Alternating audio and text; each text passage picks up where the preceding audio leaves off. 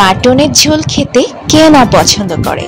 অনেক সময় দেখা যায় খাসির একটা স্মেল বার হয়, যেটা আমরা অনেকেই পছন্দ করতে পারি না। পারফেক্ট ভাবে মাটন রান্না করলে এই গন্ধটা একদমই থাকবে না, খেতে হবে দারুণ টেস্ট। আর খাসির মাংস তো গরম গরম ভাত, পোলাও, বিরিয়ানি, রুটি, পরোটা, নান, রুটি সবকিছু দিয়েই কিন্তু খেতে অনেক বেশি মজা লাগে। অবশ্যই ভিডিওটি শেষ পর্যন্ত দেখবেন, আর যদি চ্যানেলে নতুন হন চ্যানেলটি সাবস্ক্রাইব, লাইক, কমেন্ট, শেয়ার করে দেবেন। সবার প্রথমে খাসির মাংসকে আমি খুব ভালোভাবে পরিষ্কার পানি দিয়ে কয়েকবার ধুয়ে নিচ্ছি, কারণ খাসির মাংসে কিন্তু ছোট ছোট ছাগলের লোম থাকে, যেটা একটু ভালোভাবে পরিষ্কার করে নিলে এগুলো আর থাকবে না।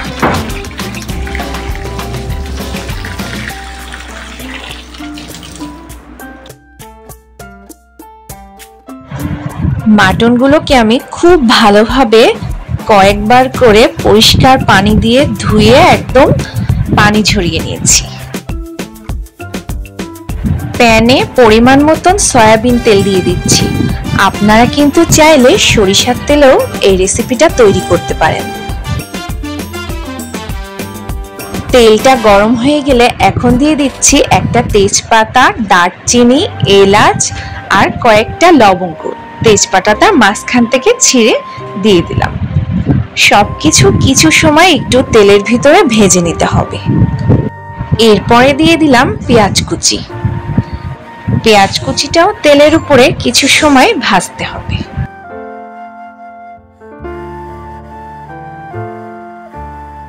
পেঁয়াজ আর মশলাগুলোকে ঠিক এরকম বাদামি কালার করে ভেজে নিতে হবে। এর থেকে খুব সুন্দর একটা গন্ধ বের হচ্ছে। আর এই পর্যায়ে আদা রসুনের পেস্ট একসাথে দিয়ে দিচ্ছি 2 টেবিল চামচ পরিমাণ। আর এটা মাংসের পরিমাণ অনুসারে বাড়িয়ে কমিয়ে দিতে পারেন। এবার মশলাটা খুব ভালোভাবে তেলের উপর একটু ভেজে নেব, যাতে মশলার কাঁচা স্মেলটা না থাকে। এখন গুঁড়ো মশলাগুলো দিয়ে দিচ্ছি। জিরা পাউডার 1 টেবিল চামচ, হলুদ পাউডার 1 টেবিল চামচ পরিমাণ, ধনিয়া পাউডার 1 টেবিল চামচ পরিমাণ। এরপরে দিয়ে দিচ্ছি শুকনো লঙ্কার পাউডার। এখানে আমি শুকনো লঙ্কার পাউডার 2 টেবিল চামচ পরিমাণ দিয়েছি। ঝালটা আপনাদের পছন্দ অনুযায়ী দিয়ে দেবেন। এখন দিয়ে দিচ্ছি মশলাটা কষানোর জন্য কিছুটা পানি।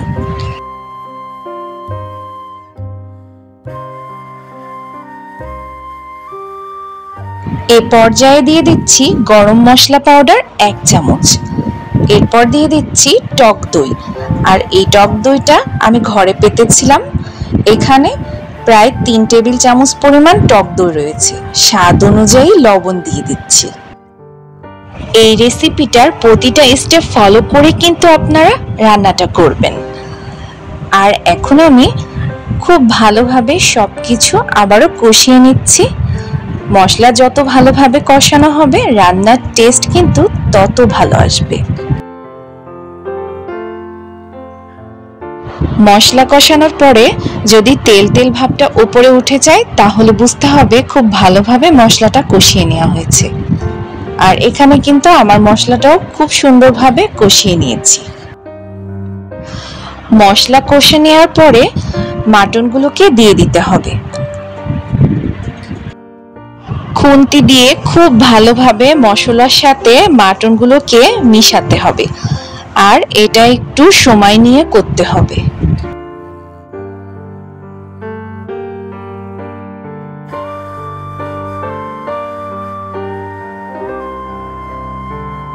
মাংসটা মেশানো হয়ে গেলে এরপরে 10-15 মিনিটের জন্য মাংসটা কষিয়ে নেব।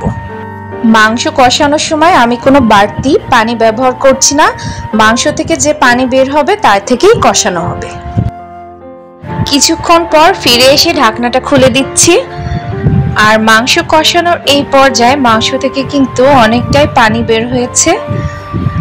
এখন খুন্তি দিয়ে আমি একটু চেক করে দেখছি মাংসটা কতটা সিদ্ধ হয়েছে।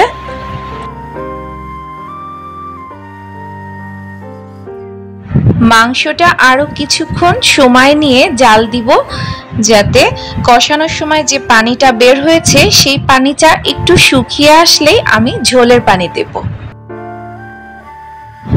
মাংসটা কিছুক্ষণ জাল দেওয়ার পরে কষানোর সময় যে ঝোলের পানি বের হয়েছিল সেটা শুকিয়ে গিয়েছে প্রায়। এখন আমি ঝোলের পানি দিচ্ছি, খুব ভালোভাবে আবারও নাড়াচাড়া করে মিশিয়ে দিচ্ছি। এখন ঢাকনা দিয়ে ঢেকে আমি রান্নাটা করে নেব। আর কষানোর সময় যেহেতু আমার মাংস প্রায় 50%ই সিদ্ধ হয়ে গিয়েছে, কিছু সময় রান্না করে নেওয়ার পরে ঢাকনাটা এখন খুলছি। আর রান্নাটা কিন্তু অলমোস্ট আমার প্রায় শেষ পর্যায়ে। মাংসটাও কিন্তু খুব সুন্দরভাবে সেদ্ধ হয়ে গিয়েছে।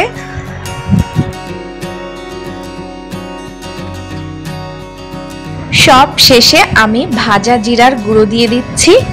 এটা দিলে খুব সুন্দর একটা গন্ধ বের হয় এবং খেতেও কিন্তু দারুণ লাগে।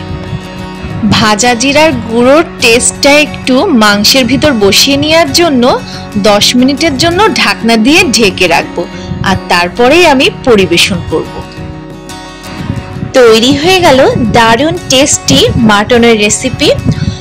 অবশ্যই এই রেসিপিটা স্টেপ বাই স্টেপ ফলো করে একদিনের জন্য হলেও বাসায় ট্রাই করবেন। আর একবার ট্রাই করলে এই স্বাদটা কিন্তু আপনাদের মুখে লেগে থাকবে। আশা করছি আমার আজকের ভিডিওটি আপনাদের ভালো লেগেছে। আর ভালো লাগলে অবশ্যই লাইক, কমেন্ট, শেয়ার করে দিবেন। ভালো থাকবেন সবাই। Thanks for watching my video.